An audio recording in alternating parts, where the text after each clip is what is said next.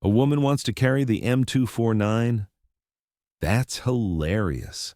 The squad laughed as they denied Private First Class Taylor Reed's request for machine gun training. 6 months later, she was laying down suppressing fire for 4 straight hours, silencing 18 enemy positions while 100 trapped soldiers evacuated to safety, behind her wall of lead. The morning started like any other at Forward Operating Base Thunder, a remote outpost in the mountains of Afghanistan where Alpha Company had been conducting counterinsurgency operations for the past 3 months. Private First Class Taylor Reed was cleaning her M4 rifle in the armory when the first mortar round exploded in the compound's center courtyard. Incoming! All personnel to defensive positions! The base alarm cut through the morning quiet as enemy forces launched a coordinated attack designed to overrun the American position and eliminate the entire 120-man garrison. Taylor grabbed her rifle and ran toward her assigned position on the eastern perimeter, but she could already see the tactical situation developing into something far worse than a routine attack. Through the smoke and chaos, she counted at least 18 separate muzzle flashes from enemy positions that had been established overnight in the hills surrounding the base. "Reed, get to the communications bunker and help coordinate fire support," Staff Sergeant Rodriguez shouted over the sound of incoming artillery and automatic weapons fire. But Taylor's attention was focused on something else entirely, the M249 squad automatic weapon that lay abandoned near the eastern wall, its previous operator down with shrapnel wounds from the opening mortar barrage. 6 months ago, Taylor had requested training on the M249 machine gun, only to be met with laughter and dismissive comments from her squad leaders. A woman wants to carry the M249? That's hilarious, Staff Sergeant Rodriguez had said, refusing to approve her request for heavy weapons training. The M249 was a beast of a weapon, 22 pounds of steel and firepower capable of delivering 800 rounds per minute of devastating suppressive fire. It required physical strength to control its recoil and the mental toughness to maintain accuracy during sustained automatic fire. Most importantly, it demanded the kind of aggressive warrior mindset that many male soldiers assumed women couldn't possess.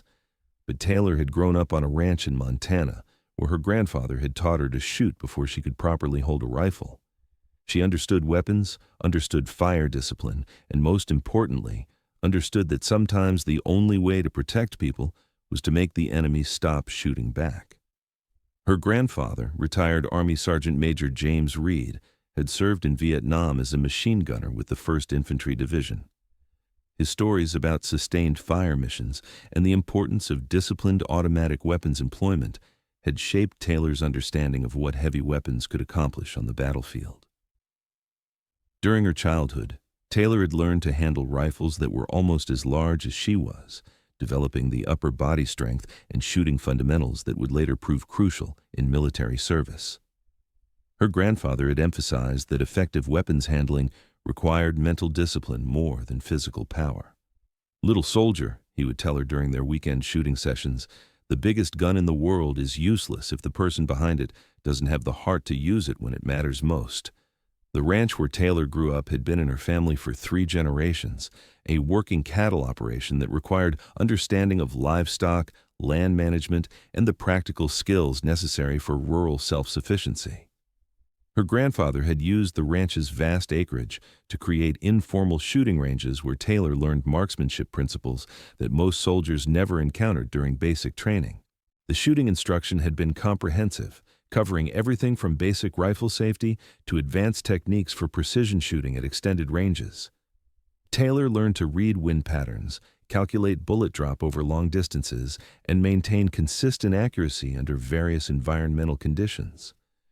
More importantly, her grandfather had taught her about the psychological aspects of shooting under stress, using simulated pressure situations to develop the mental toughness that would later prove essential during combat operations.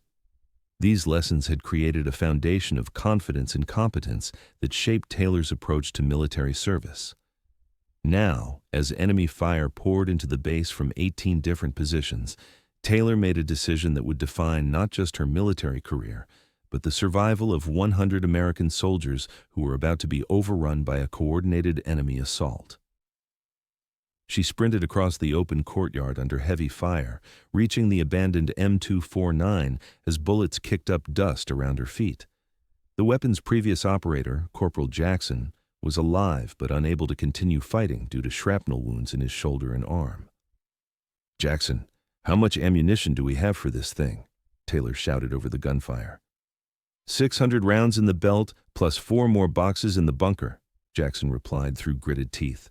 "But Reed, you've never been trained on the 249. This isn't the time to learn." Taylor checked the weapon's condition and confirmed that it was ready to fire. The M249's bipod was already deployed, and Jackson had been engaging targets from a position that provided excellent fields of fire across the eastern approach routes. "Jackson, right now this base is about to be overrun, and this machine gun is the only thing that can provide enough sustained fire to keep the enemy from advancing. I'm the only soldier available who isn't already engaged." The tactical situation was deteriorating rapidly. Enemy forces were advancing on multiple fronts, using coordinated fire and movement to suppress American defensive positions while moving closer to the base perimeter. Without heavy weapon support, the defenders would be overwhelmed within the next hour. The enemy assault was being coordinated by an experienced commander who understood American defensive tactics and had positioned his forces to exploit weaknesses in the base's perimeter security. Intelligence reports later revealed that this was a meticulously planned attack involving over 300 enemy fighters with military training and advanced weapons. "Command, this is Eastern Position," Taylor radioed to the Base Operations Center. "I'm taking control of the M249 and engaging enemy positions. Request permission to fire." "Eastern Position, this is Command. Reed, you're not qualified on the M249. Hand the weapon to a trained gunner." "Command, there are no other trained gunners available in this sector. I'm engaging now."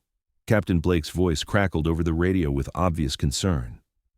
"Reed, the M249 isn't a weapon you can just pick up and use effectively. Without proper training, you could endanger our own forces."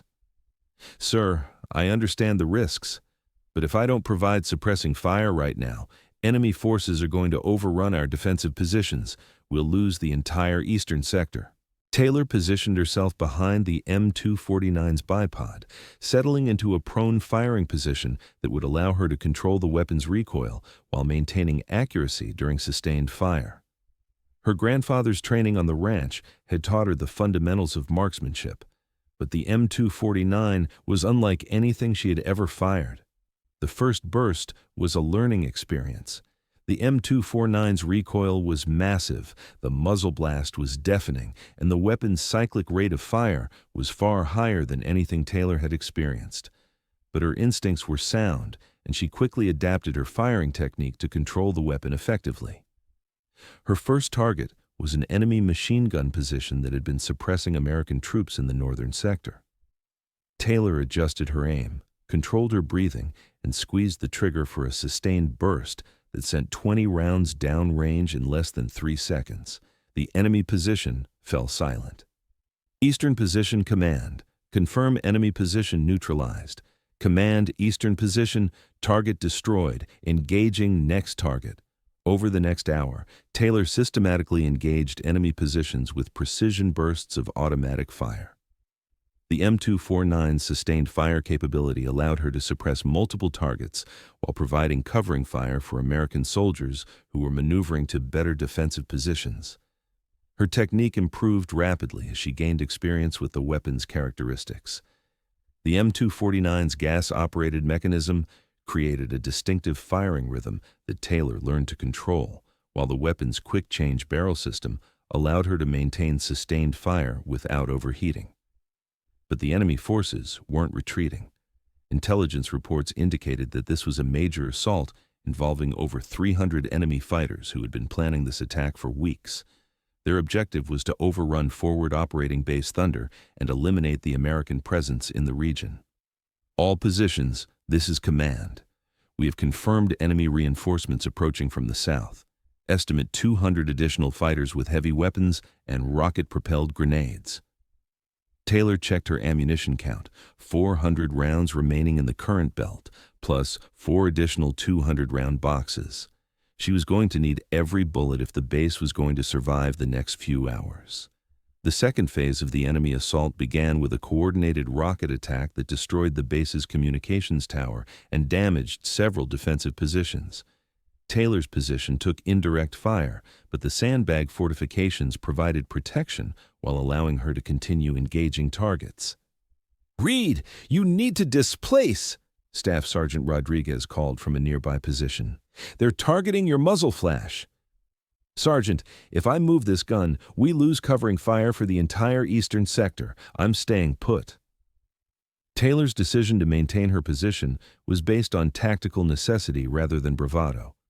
The M249's position provided optimal fields of fire, and moving the weapon would create gaps in the defensive coverage that enemy forces could exploit.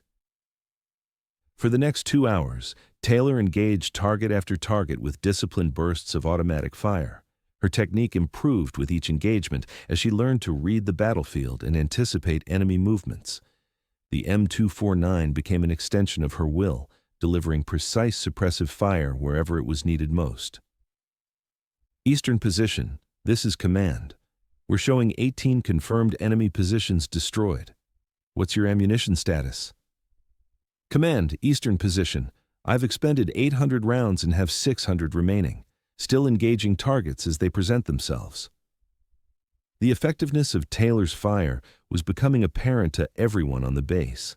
Enemy forces that had been advancing steadily were now pinned down or forced to withdraw, their assault plans disrupted by the sustained automatic fire that Taylor was delivering with increasing precision. Lieutenant Chen, the base's intelligence officer, provided updates on enemy movements. "Reed, your fire is forcing enemy units to bunch up in covered positions. This is making them vulnerable to our indirect fire support." The third phase of the battle began when enemy forces launched a coordinated assault on 3 fronts simultaneously. This was their final push, an all-out attack designed to overwhelm American defenses through sheer numbers and firepower. Taylor's sector faced the heaviest assault, with over 100 enemy fighters advancing under covering fire from mortars and rocket-propelled grenades. The situation was exactly what the M249 had been designed for: sustained suppressive fire against massed infantry attacks. "All positions, this is command. Enemy forces are breaching the perimeter in multiple locations, all available personnel to defensive positions." Taylor could see enemy fighters advancing through the smoke and debris, using bounding overwatch tactics to move closer to the American positions. Her M249 was the primary weapon standing between them and the base's inner perimeter.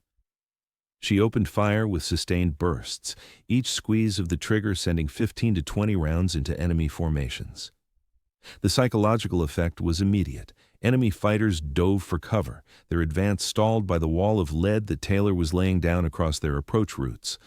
But sustaining this level of fire was physically demanding. The M249's recoil was punishing, and the weapon's heat buildup required careful management to prevent barrel damage. Taylor had to balance rapid target engagement with weapon conservation. "Reed, you're doing outstanding work," called Captain Blake, the company commander, as he moved between defensive positions. "Keep that fire up." "Sir, I can maintain this rate of fire for another hour, but I'm going to need ammunition resupply soon." Captain Blake coordinated the delivery of additional M249 ammunition to Taylor's position, ensuring that she could continue her suppressive fire mission. The base's survival was increasingly dependent on her ability to keep enemy forces at distance. The ammunition resupply was conducted under fire by Private Torres, who crawled across open ground while carrying 2 additional 200-round ammunition boxes. His courage ensured that Taylor could maintain her fire mission during the most critical phase of the battle. The 4th hour of the battle tested Taylor's endurance and determination. Enemy forces had adapted to her fire patterns, using smoke and indirect fire to mask their movements. But Taylor adapted as well, using controlled bursts and shifting her aim points to maintain effectiveness. Eastern position, this is Overwatch. The call came from Sergeant Murphy, an American sniper team positioned on higher ground outside the base. "We're observing your fire. You've neutralized 14 enemy positions and forced withdrawal of at least 150 fighters." Taylor's impact on the battle was becoming clear. Her sustained automatic fire was breaking up enemy formations and preventing coordinated assaults. The M249 had become the backbone of the base's defense, but the weapon was taking a toll on her body. 4 hours of sustained fire had left her shoulders bruised from recoil, her hands cramped from gripping the weapon, and her hearing damaged from the constant muzzle blast. Yet she continued firing, understanding that stopping meant allowing enemy forces to advance. "All positions, this is command. Air support is inbound, ETA 10 minutes. Maintain defensive positions until CAS arrives." Close air support would change the tactical situation dramatically, but Taylor needed to keep enemy forces suppressed until the aircraft could engage. 10 minutes might as well have been 10 hours given the intensity of the firefight. The final phase of the battle was the most intense.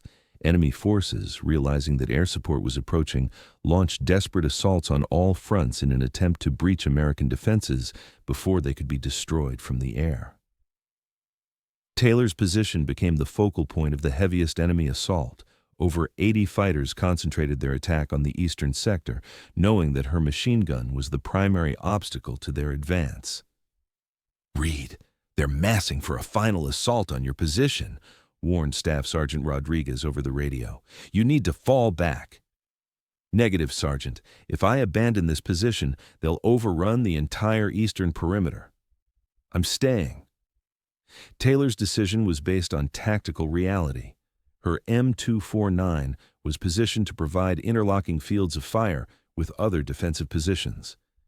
Moving the weapon would create a gap that enemy forces could exploit to reach the base's interior. The enemy's final assault was a human wave attack, dozens of fighters advancing simultaneously under covering fire from mortars and machine guns.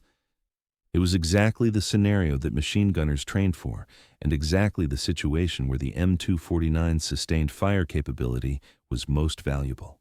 Taylor opened fire with continuous bursts, traversing her fire across the advancing enemy formation. The M249's high cyclic rate allowed her to engage multiple targets rapidly while maintaining suppressive fire that forced enemy fighters to seek cover.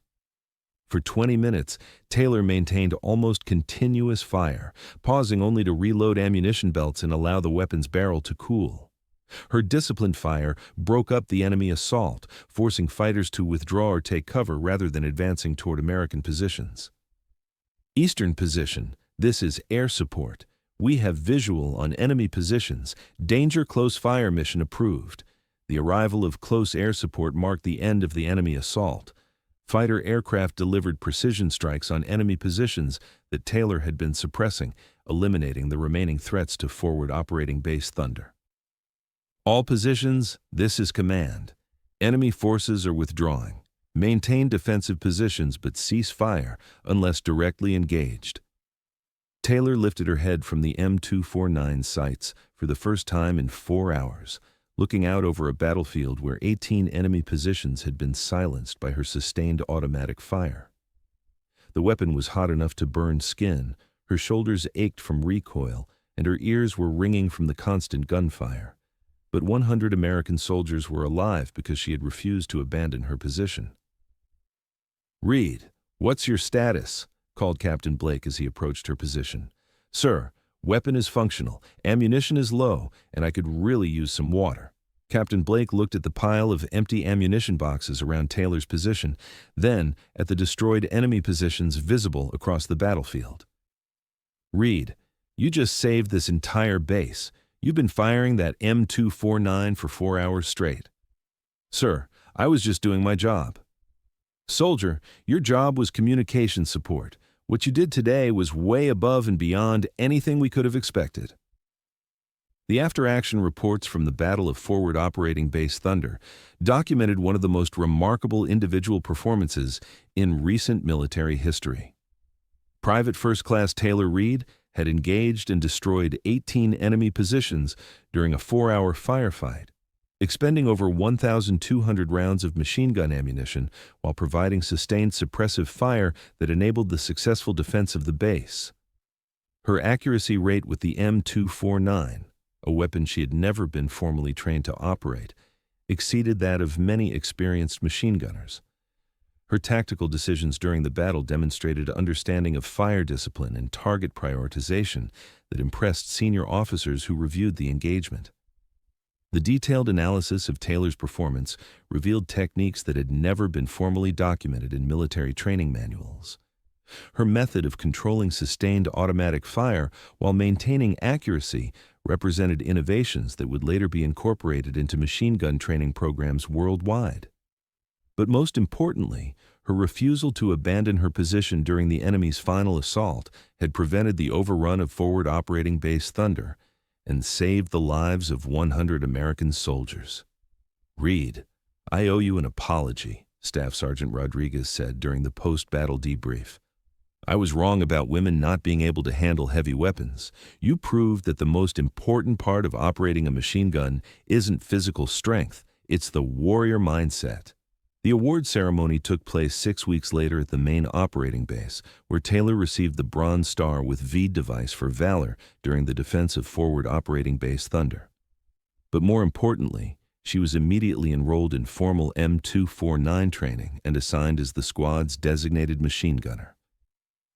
"Private First Class Reed," announced General Foster during the ceremony, "your actions during the engagement demonstrate that courage and determination are more important qualifications for heavy weapons operation than any physical characteristic." Taylor looked out at the assembled soldiers, many of whom were alive because of her 4-hour stand with the M249. "Sir, I just want other female soldiers to know that if they have the heart for it, they can handle any weapon in our arsenal." 6 months later, Taylor was promoted to specialist and became an instructor at the Army's machine gun training school, where she taught both male and female soldiers the techniques she had developed during the Battle of Forward Operating Base Thunder. Today, Sergeant First Class Taylor Reed leads training programs that have revolutionized how the military approaches heavy weapons training for all soldiers, regardless of gender. Her techniques for sustained automatic fire and battlefield target engagement are studied by machine gunners worldwide. Her story became legendary, not just for the tactical impact of her actions, but for proving that the most important qualification for operating any weapon is the determination to use it effectively when lives are on the line. Have you ever been told you couldn't handle something because of who you are, only to prove the capability matters more than assumptions? Taylor's story reminds us that sometimes our greatest victories come when we refuse to accept limitations that others try to place on us. The squad that mocked her M249 request learned that some soldiers don't need permission to be warriors. They just need the opportunity to prove that heart and determination weigh more than prejudice and assumption. If you believe that courage and skill matter more than stereotypes, share this story. Because somewhere, someone is being underestimated based on others' assumptions, not knowing that their moment to prove that warriors come in all forms might be approaching faster than incoming enemy fire. Taylor Reed didn't just save 100 lives, she proved that the most dangerous weapon in any arsenal is a soldier who refuses to accept no when people's lives are on the line. Thanks for watching. If you like this video, you can subscribe to see more incredible stories like this one.